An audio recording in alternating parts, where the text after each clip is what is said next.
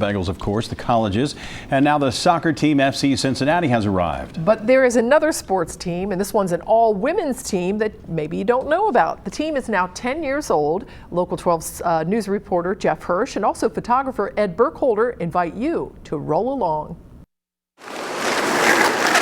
It's kind of like cars getting ready for the Indianapolis 500, or horses lining up for the Kentucky Derby. Well, this is a derby, all right.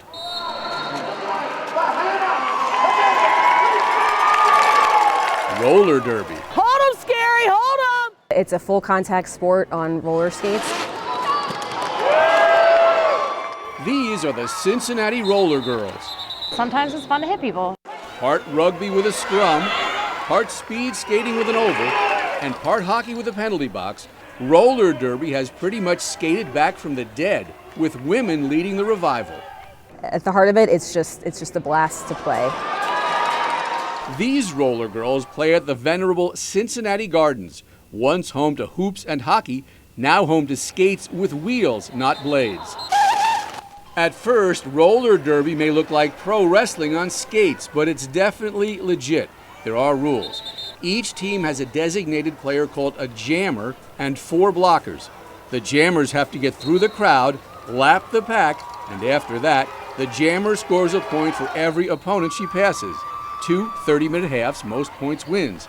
27-year-old Sarah Moe is a jammer for Cincinnati. So on your lap, for me, I'm thinking, go as fast as you can, get around as fast as you can. But then once I'm coming up on the pack, you have to switch to, okay, how am I going to get through all of those people? Doing that is part instinct and part strategy. The roller girls practice 3 times a week, have 5 home games a year. This one's against a team from Minneapolis.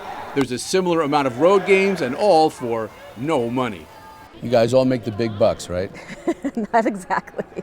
No, this is actually an all-volunteer sport.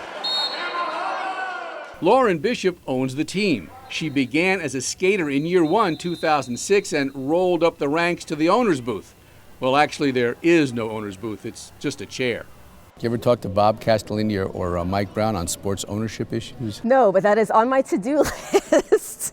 Most skaters have performance names, some tough-sounding, others more personal.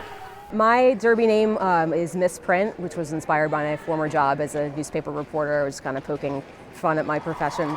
Because they're not paid, derby skaters have other jobs.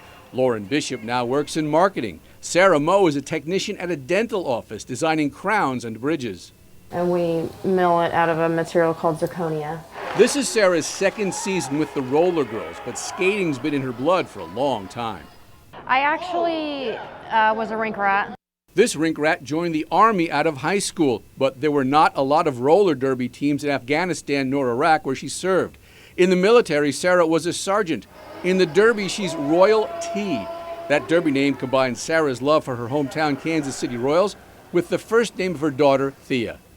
It was hard going into a contact sport after having a baby, and my body was not responsive the way that I was used to doing sports before. So it took me a little while to get my body where it should be for a sport like this, and I'm glad it finally happened. There's a reason the skaters wear helmets, elbow pads, knee pads, because when you fall on concrete.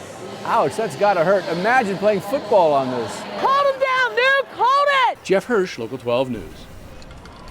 Now those are some tough girls. The Roller Girls' next and final home game for the season is Saturday, June 11th at Cincinnati Gardens, and the team has a chance to make the playoffs. Good luck.